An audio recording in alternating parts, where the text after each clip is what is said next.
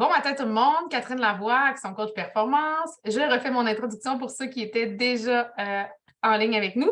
Donc, c'est une petite webinaire sur la maîtrise des finances ce matin. Donc, mon but, c'est vraiment d'aller plus en profondeur sur tout ce qui est les KPI et on va aller aussi dans les détails des chiffres si vous voulez avoir plus de détails. Là, vous avez tout fermé vos caméras parce que vous ne voulez pas être enregistré, filmé. C'est correct. Je vais présenter à l'écran ma présentation.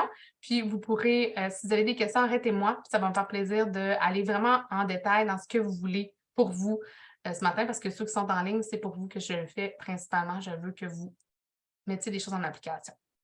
Donc, qui je suis? Catherine Lavoie, propriétaire de la bannière Action Coach dans la région de Montréal avec mon associé Philippe-Antoine, qui est propriétaire des magasins Popeyes et de d'autres magasins.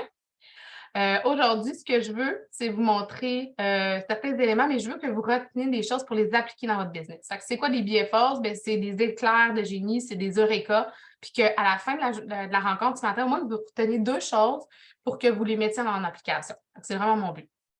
Là, ma question, normalement, c'est de vous demander qui est en vente. Pourquoi? C'est que souvent, vous allez me dire personne n'est en vente ici. Mais Marie-Josée, on en parle souvent. Marie-Josée a fait de la vente présentement indirectement, mais elle va faire du conseil. Donc, elle va s'assurer de bien poser les questions pour aller cibler les besoins de ses clients. Fait que les finances, c'est la même chose. On n'est pas nécessairement en finance, mais il faut maîtriser ses finances pour être capable de bien gérer son entreprise et prendre les bonnes décisions. Rapidement, les 6 étapes de Action Coach pour vous accompagner. Puis c'est des 6 étapes que vous pouvez appliquer dans toutes les sphères de business. Bien, la maîtrise, c'est la maîtrise du chaos. Fait qu'on va maîtriser la finance, on va maîtriser notre temps, on va maîtriser notre destination, notre vision, et on va bien sûr maîtriser tout ce qui est les opérations, le delivery pour nos clients. La niche, c'est le marketing. Donc, quand on a bien stabilisé notre business, là, on peut faire rentrer plus de clients dans notre business. Puis quand on fait rentrer des clients, là, on a un peu plus d'argent, de cash flow, on est capable de se mettre des systèmes en place, puis d'avoir un effet levier, donc de systématiser certains processus, des outils technologiques pour humaniser les exceptions. Ensuite, on bâtit une équipe, on va aller faire du recrutement, on va s'assurer d'avoir une équipe solide qui va nous supporter pour qu'on sorte un peu des opérations, puis que cette équipe-là prenne les décisions, prenne les actions en place. Donc, souvent, on va s'amener même un DG qui va prendre notre place et on va voir que la magie, la synergie va s'opérer, puis que tout va bien rouler, la machine va bien rouler. Et là, ça va nous amener des résultats, soit des résultats passifs où est-ce qu'on peut se retirer comme investisseur, investir ailleurs, ou tout simplement juste profiter de la vie, tout simplement. Fait que mon but, c'est vraiment quand j'accompagne mes clients, puis aujourd'hui, d'aller dans des sphères comme ça qui vont vous aider à atteindre vos objectifs. Puis ça se peut que des fois, on passe d'une étape à une autre. On va retourner dans l'équipe, on va revenir dans la niche. C'est pas nécessairement juste OK, là, on reste dans la première étape jusqu'à temps que ça soit terminé. Des fois, on a un besoin criant de faire une structure organisationnelle d'équipe, puis on va retourner dans certains niveaux plus bas après. Donc, ne vous inquiétez pas, quand on travaille avec des clients, on va s'adapter à tout ça. Donc, ce que je vous disais, c'est la stabilité, le cash flow, le temps, le manager et après ça, les revenus passifs puis les ventes de l'entreprise. Ce matin, ce qu'on va travailler, c'est vraiment plus en lien avec les finances. Donc, est-ce que vous avez un état des résultats mensuels que vous regardez vos chiffres? Parce que c'est un des éléments de mesure, c'est OK, est-ce que j'ai des comptes à recevoir? Est-ce que j'ai payé mes fournisseurs? Est-ce que j'ai assez de cash flow pour être capable de payer les salaires dans mon organisation? Donc, d'avoir un état des résultats, un bilan mensuel, c'est important de regarder ces chiffres puis de voir si les éléments clés qu'on a identifiés sont en santé ou s'il faut travailler certains éléments.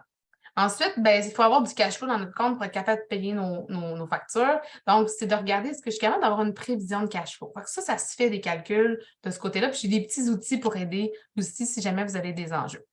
Est-ce que vous connaissez votre point mort? Tu sais, un client, je vous donne un exemple qui n'est pas là ce matin, un client qui travaille en construction, qui dit OK, ben oui, mon point mort, je sais, quand je fais tant de dollars puis j'ai tant de profit. Non. Ton point mort, c'est quand tu vas prendre tous tes revenus moins tes dépenses variables, ça va te donner une marge de rétribution. Puis cette marge-là, c'est telle parce que plus on va augmenter nos dépenses, nos revenus, plus nos dépenses fixes vont être amorties sur ces dépenses-là. Donc, quand on va couvrir les dépenses fixes et les dépenses variables à un certain niveau, c'est là qu'on atteint le point mort. Puis quand on veut avoir du profit, bien là, il faut se rajouter une marge de profit en plus. Donc, on peut avoir un point mort d'entreprise, mais on peut avoir aussi un point mort en lien avec notre, notre point mort en lien avec nos produits. Donc, de dire, OK, ce produit-là, il me rapporte tant de dollars à partir de tant d'unités. Donc, c'est à ce moment-là qu'on va être capable d'augmenter le nombre d'unités qu'on va vouloir vendre pour faire du profit. Donc, c'est important de connaître nos points morts. Puis j'ai des exercices aussi, puis des petits tableaux Excel pour vous aider. Si jamais vous voulez qu'on aille un peu plus dans le détail, ça va me faire plaisir. Ça va vous permettre de savoir combien d'unités vous vendre pour être capable de faire plus d'argent.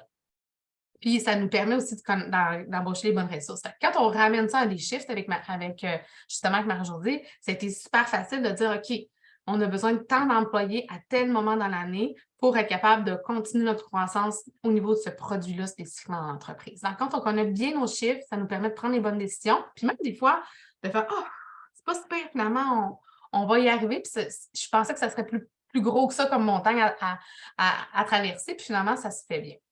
Il faut connaître aussi nos processus de compte recevable, compte payable. Encore là, j'ai rencontré un prospect dernièrement, puis il réalise après quelques mois, lui, il n'est pas dans les finances du tout, qu'il avait payé tous ses comptes, puis la business va bien, les fournisseurs disaient hey, ça roule vos affaires, mais il n'allait pas collecter les clients. Donc, il y avait des comptes à recevoir, c'était épouvantable. Donc, qu'est-ce qui est arrivé? Oui, il y avait du cash flow dans le business, puis ça n'en rendait pas trop compte, mais il y avait des comptes à recevoir épouvantables qui fait que ça l'a tenu à débalancer à un certain niveau l'entreprise, puis que là, ils sont devenus un peu dans le rouge, puis il y avait des difficultés de payer. Ce n'est pas parce qu'il n'y avait pas de revenus, c'est pas parce que le bilan était pas bien, était pas beau, c'est qu'il n'avait tout simplement pas fait la collecte. Donc, d'avoir un processus de recevable, un processus de payable, d'avoir des fois, dire si vous prenez le contrat, vous payez tout au début, puis vous payez un certain montant vous payez un pourcentage au début du contrat, un dans le milieu, puis un à la fin. En construction, c'est ce que j'ai fait avec Michael. Puis, à ce moment-là, ça assure un cash flow prévisible beaucoup plus facile dans l'entreprise. Ensuite de ça, bien, les tableaux de bord, j'en ai parlé d'entrée de jeu tantôt. D'avoir des éléments clés de mesure, ça ne veut pas dire d'être toujours comme gestionnaire dans nos chiffres. C'est d'avoir une lecture rapide avec un tableau de bord des éléments clés. OK, combien j'ai eu de clients qui sont rentrés dans l'entreprise cette semaine, combien on a closé, puis combien d'employés sont là pour superviser tout ça. On a certains, quand on est dans des niveaux, tout dépendant, on est où dans notre entreprise, on a des niveaux qu'on va avoir besoin de plus de chiffres, plus de détails, puis il y en a d'autres qu'on va prendre certains éléments, mais pas se surmener de chiffres puis se mettre voir ça comme une montagne. Donc aujourd'hui, j'aimerais qu'on aille plus en détail dans ces volets-là. Et pourquoi? Bien, c'est important d'avoir une maîtrise, la fameuse mastery. J'ai parlé tantôt des 4. Donc, vous avez la destination, l'objectif. Puis, bien sûr, aujourd'hui, on va parler plus de la maîtrise de l'argent, maîtrise financière. Puis, je n'irai pas dans le détail dans tout, mais rappelez-vous que les 5 éléments clés, là, c'est le point mort, les marges, les indices clés de performance, donc les KPI, les ICP. Tester, mesurer tout ce que vous faites, puis de se faire un petit reporting, mais ce n'est pas d'avoir des rapports à n'en plus finir, mais avoir quelques éléments clés qu'on surveille à chaque semaine. Donc, quand je parle d'objectifs, souvent, bien, je vous parle d'objectifs SMART, mesurables, atteignables, réalistes, temporels et spécifiques. Puis, les éléments clés vont nous aider à venir définir. Fait que c'est quoi un objectif? Comme j'expliquais en entrée de jeu, je veux avoir une meilleure équipe plus performante à la fin de l'année. J'ai fait l'embauche de 10 employés. Mon élément mesure, c'est de dire, OK, à la fin de l'année, si j'ai bien mobilisé, puis si j'ai bien onboardé mes nouveaux employés, bien, ils vont m'en rester 6 sur 10 à la fin de l'année. Ça, bien, ça va être un élément qui va être un élément clé. Puis, si on a fait toutes nos actions dans l'année en lien avec, OK, je veux faire de la rétention, je veux mobiliser mon équipe, je veux m'assurer qu'ils soient bien formés, je veux m'assurer que je fais grandir ceux qui veulent avoir un plan de développement. Donc, tous ces éléments-là vont être des stratégies pour atteindre votre élément clé de mesure. Les éléments clés, bien, vous allez en avoir pour les départements de vente marketing. Par exemple, des parts de marché. Ça peut être l'origine des leads, où est-ce qu'ils viennent, la satisfaction des clients.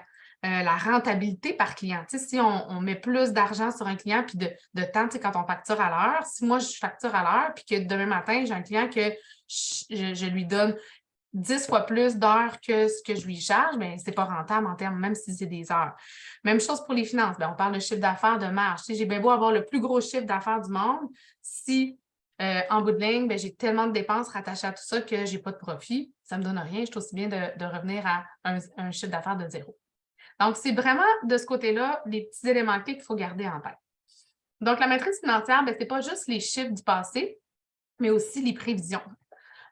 Souvent, on ne sera pas capable de prendre une décision parce qu'on va manquer d'informations. Quand on maîtrise certains éléments clés, comme je viens d'en donner quelques exemples, bien, ça va vous permettre d'aller prendre les bonnes décisions de votre équipe.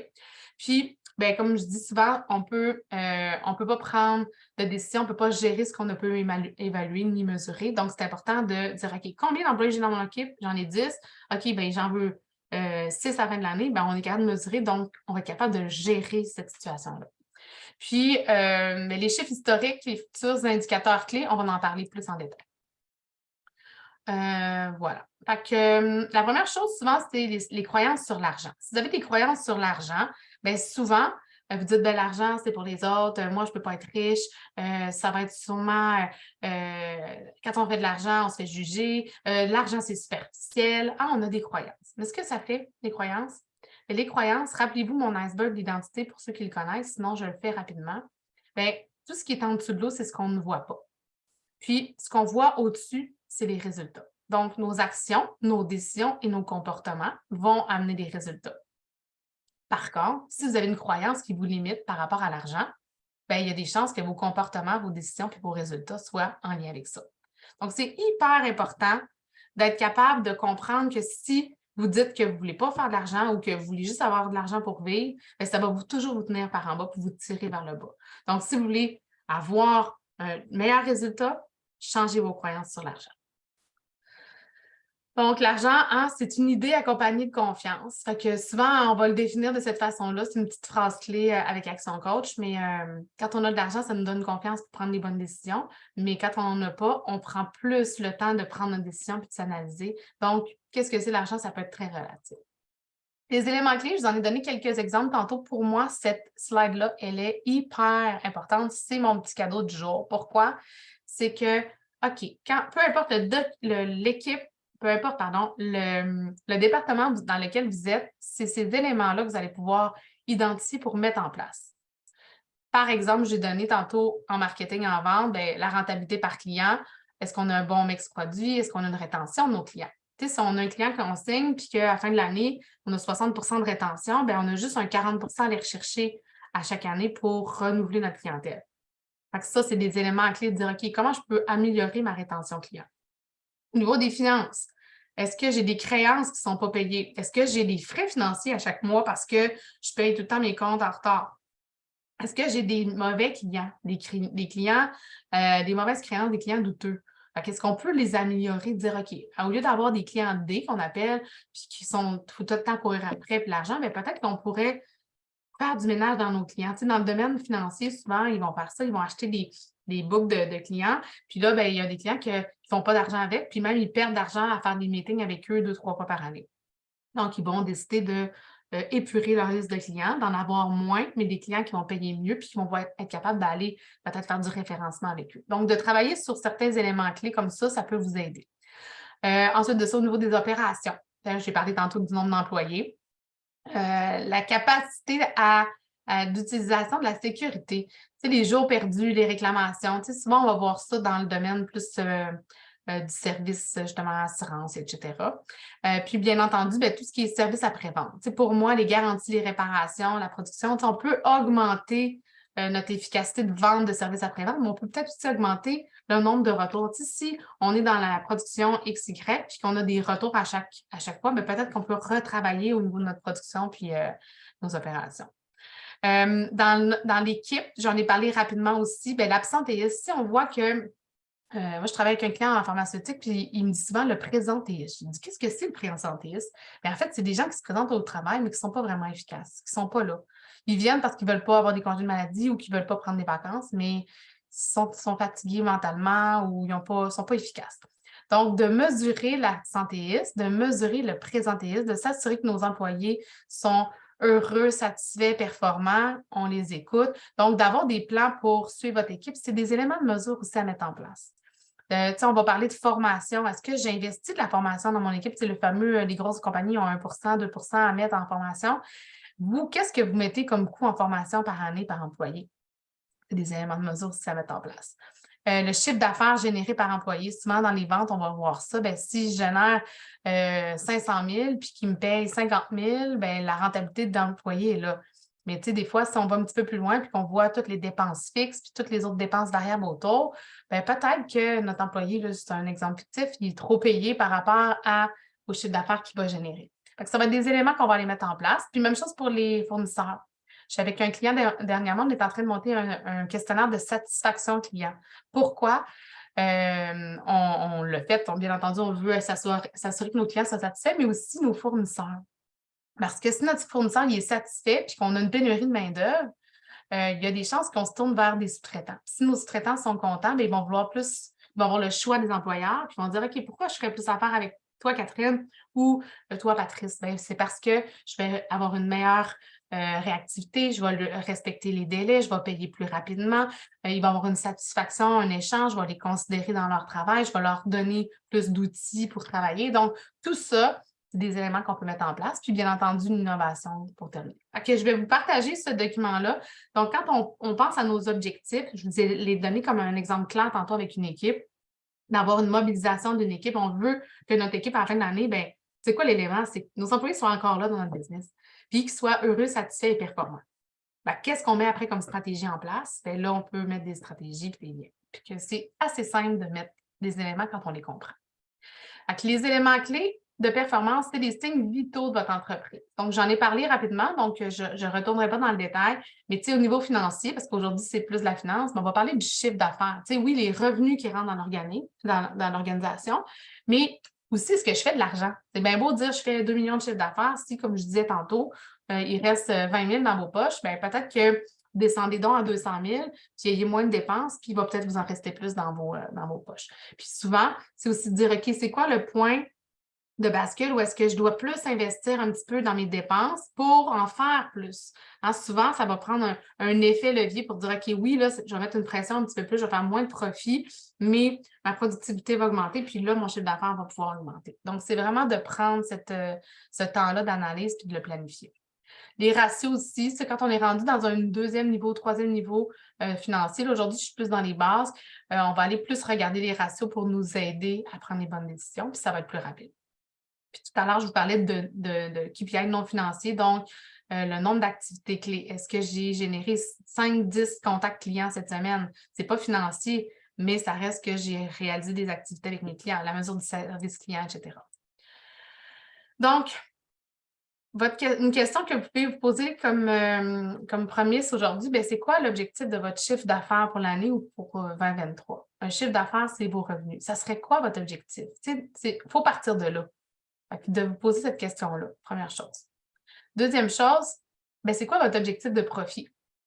Parce que si on se dit, je veux faire 1 million, puis que j'ai un objectif de profit de 10 qui donnerait, selon votre domaine d'expertise, un bon chiffre, c'est parfait, on va s'aligner là-dessus, puis on va aller gérer autant nos marges que nos revenus, puis on va travailler sur les 5 leviers. Hein, c'est sûr que vous connaissez les 5 leviers, sinon on en parlera dans une autre formation, mais on va aller travailler autant la génération de leads, la conversion de nos clients, sur le nombre de transactions, donc on va augmenter la performance de nos clients dans notre organisation, mais aussi nos dépenses et nos marges.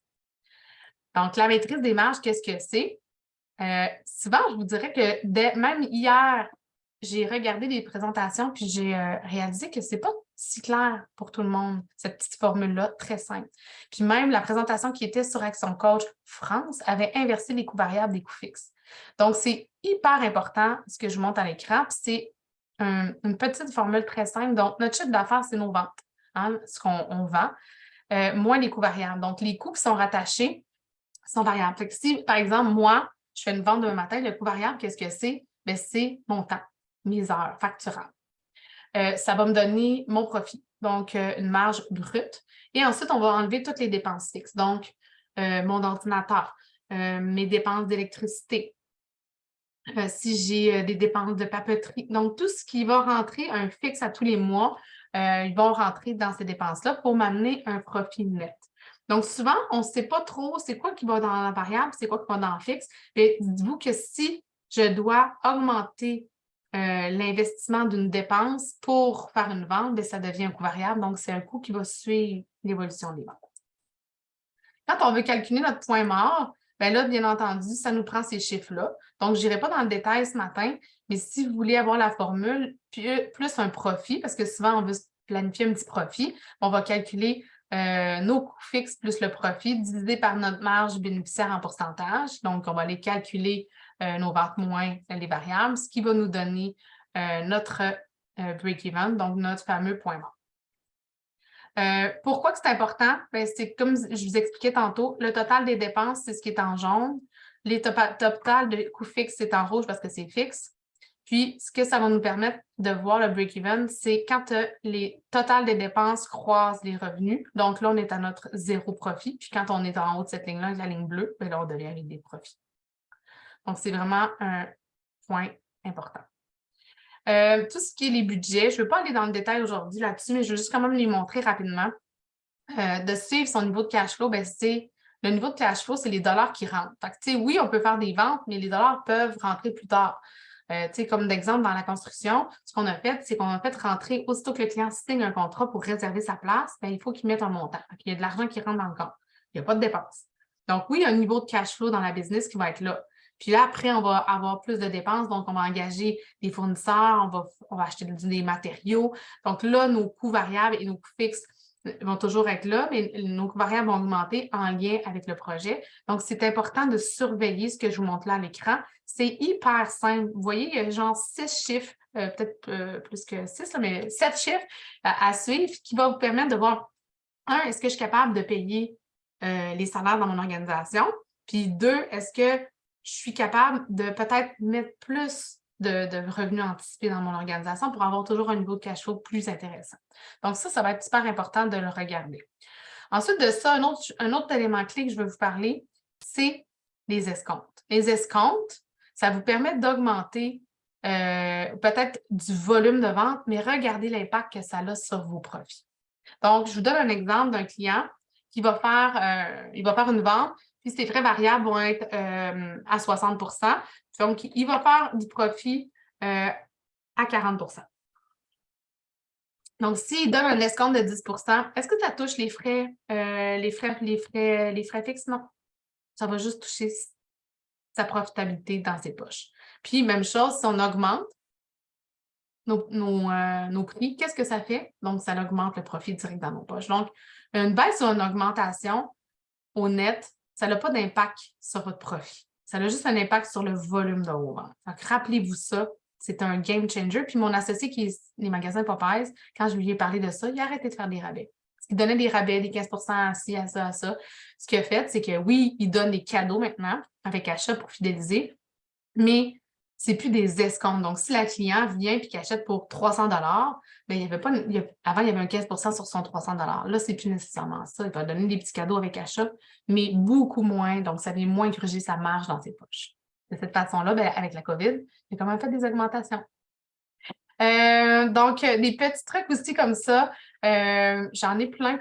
Je vais juste vous montrer, c'est un exemple ici. Si on avait un 20 % de marge brute, dans notre entreprise, bien, la variation de prix de 10 va amener une variation de profit de 50 %.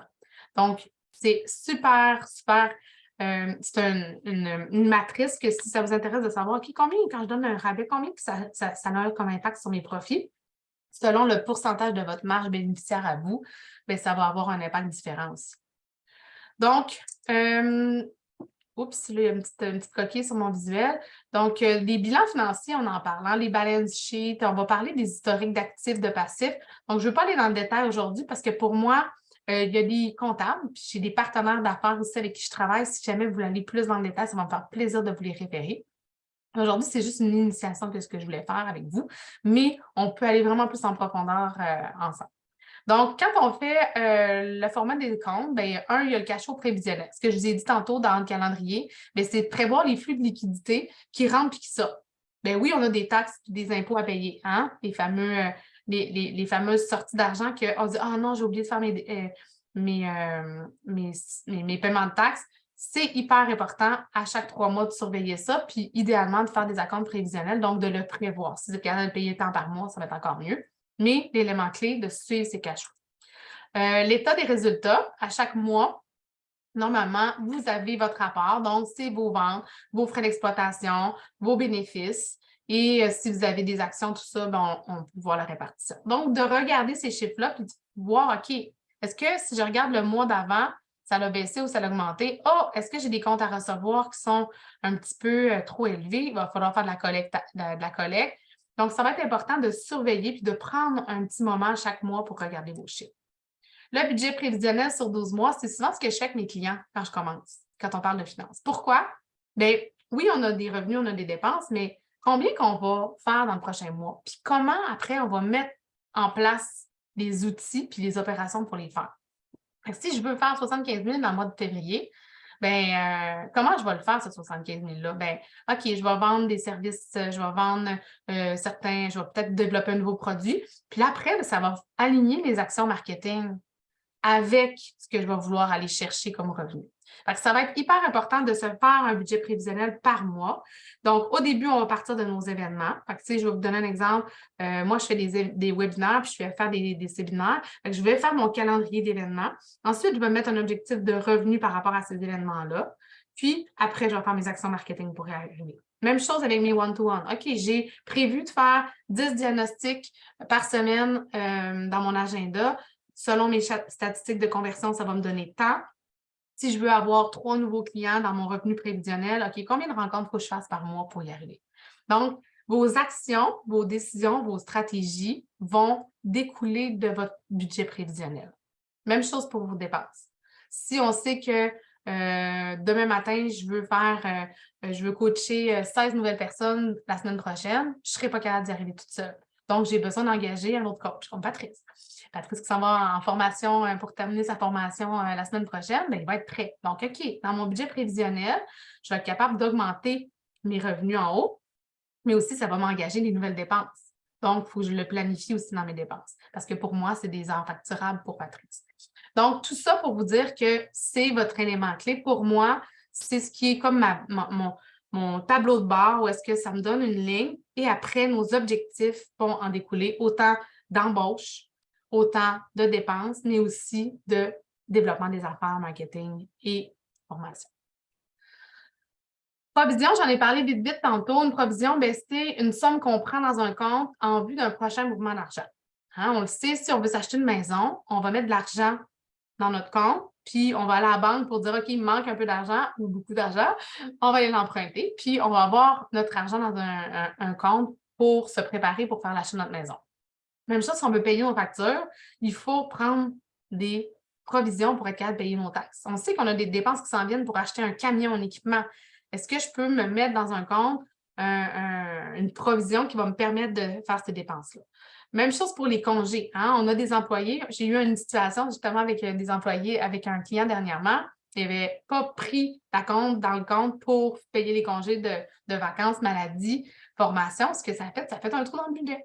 Alors, c'est important de le prévoir. Puis, tu sais, quand on parle du 2 du 4 du 6 c'est ça, c'est ces montants-là qu'on garde dans notre compte pour être capable de le prévoir.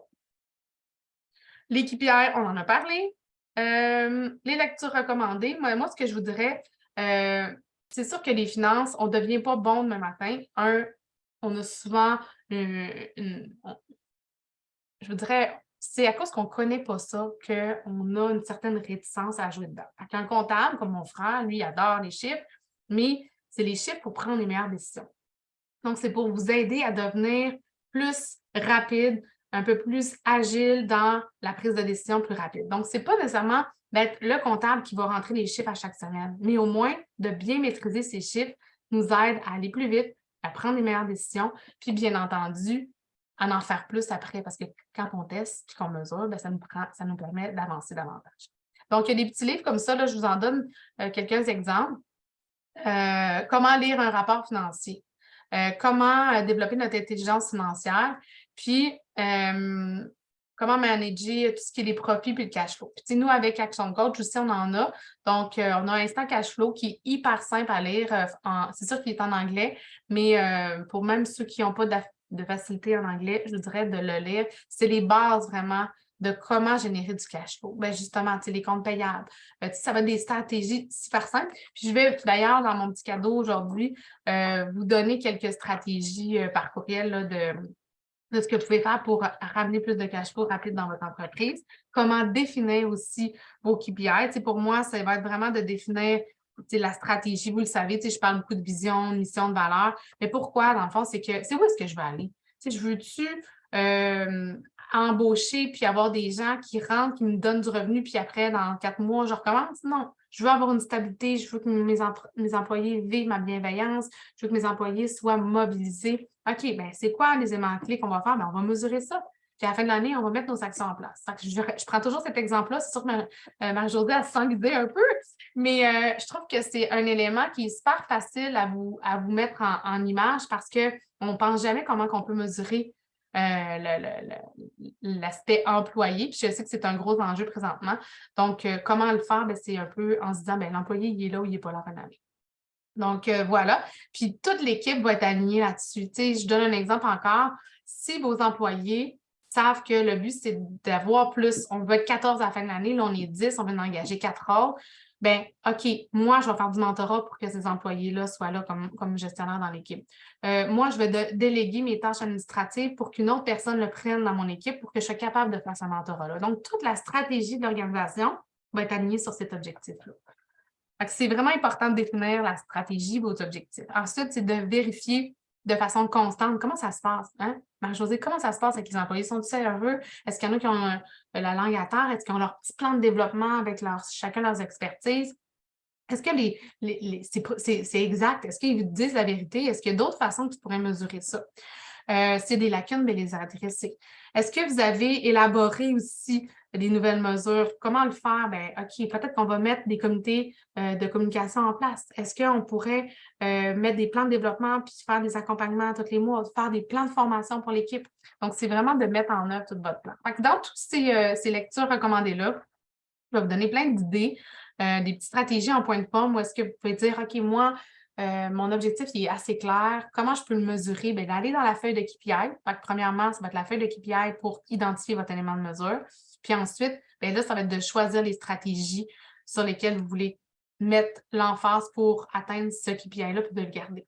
Si vous voulez augmenter, exemple, le nombre de leads, OK, bien, si je veux augmenter le nombre de leads, c'est quoi mes stratégies marketing que je vais faire? Je vais en mettre 10, puis je vais faire telle action à chaque semaine. OK, parfait. Comment qu'on les mesure? Bien, cette action-là, j'ai fait un webinaire, ça m'a généré 5 nouvelles personnes qui sont venues. Sur ces 5 personnes-là, il y en a combien qui ont pris un rendez-vous pour après peut-être avoir un peu plus d'informations sur le coaching, etc., etc. Donc, c'est vraiment d'aller dans vos stratégies, de partir de en haut, qu'est-ce que vous voulez comme résultat simple? 10 nouveaux clients à la fin de l'année. Je veux 5 nouvelles entreprises corpo comme clients. Je veux avoir 3 nouveaux employés formés, compétents qui restent dans l'organisation. Donc, quand c'est clair, tout le reste, vos éléments vont suivre, puis ça va être plus facile de vous les mettre en place. Fait que voilà, dans le fond, j'ai fait le tour des KPI et bien entendu de la maîtrise de la finance. Le prochain webinaire, c'est sur la maîtrise du temps en décembre. J'ai aussi un événement présentiel le 24 novembre sur la Rive-Sud au HALT. Là, je vous ai perdu, je m'excuse. Je vais juste aller vous rechercher. Bon, vous êtes rendu là. Pas long. Donc, le HALT 10-30 à Brossard. Donc, si...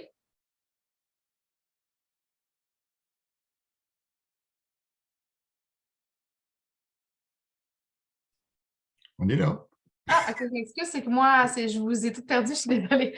Donc, si ça vous intéresse de vous joindre à moi le 24 novembre, ça va être une conférence sur les 5 erreurs à ne pas faire en comptabilité. Il va y avoir les défis du RH avec Soluflex et il va y avoir aussi les technologies marketing avec Pertinence Média. Donc, c'est déjeuner conférence de 8h à 11h30, déjeuner inclus. Vous allez avoir le lien sur la page Facebook. Et bien entendu, si vous avez des petites questions par rapport à tout ce que je viens de parler aujourd'hui, ça va me faire plaisir. Donc, juste de me prendre un rendez-vous en one-to-one. C'est sûr que mes clients, vous le savez, on va en reparler assurément. Marie-Josée, on va en reparler plus tard aujourd'hui. Mais s'il y en a qui veulent un peu plus de détails, ça va me faire plaisir. Puis je vais vous envoyer DF, je n'ai pas tes coordonnées. Si tu veux avoir le détail, l'information, envoie-moi un petit courriel, puis je pourrai te faire parvenir les documents que j'ai parlé ce matin. Donc, mon courriel, c'est Catherine, C-A-T-H-E-R-I-N-E, L-A-V-O-I-E, à actioncoachperformance.com. Donc, ça va me faire plaisir de t'aider là-dedans. Donc, merci. Est-ce qu'il y en a qui ont des questions présentement? Si je le fais en 45 minutes, là, j'ai réalisé qu'une heure, des fois, c'est un peu long. Donc, si vous avez des questions ou des choses que vous voudriez que j'aille un petit peu plus en détail, là, je suis allée vraiment sur les bases, mais on a 3 niveaux de checklist là, pour tout ce qui est financier. Donc, là, aujourd'hui, je suis avec vraiment le niveau 1. Et si ça vous intéresse, si je vois qu'il y a de l'intérêt, là, je vois que le leadership, il y a genre 16 personnes qui sont sur Zoom. Les finances, on voit que c'est tout le temps un sujet qui est moins populaire, mais qui est tellement important. Fait que voilà. J'espère que ça vous a aidé. Pas de questions, ben, je vais vous laisser gagner un 15 minutes dans votre journée, dans votre agenda. Puis, je vais vous faire parvenir là, ma Josie, Marc-Claude, Patrice, les informations. C'est bon? Bonne journée. Merci. Bonne journée. Salut. Bye bye.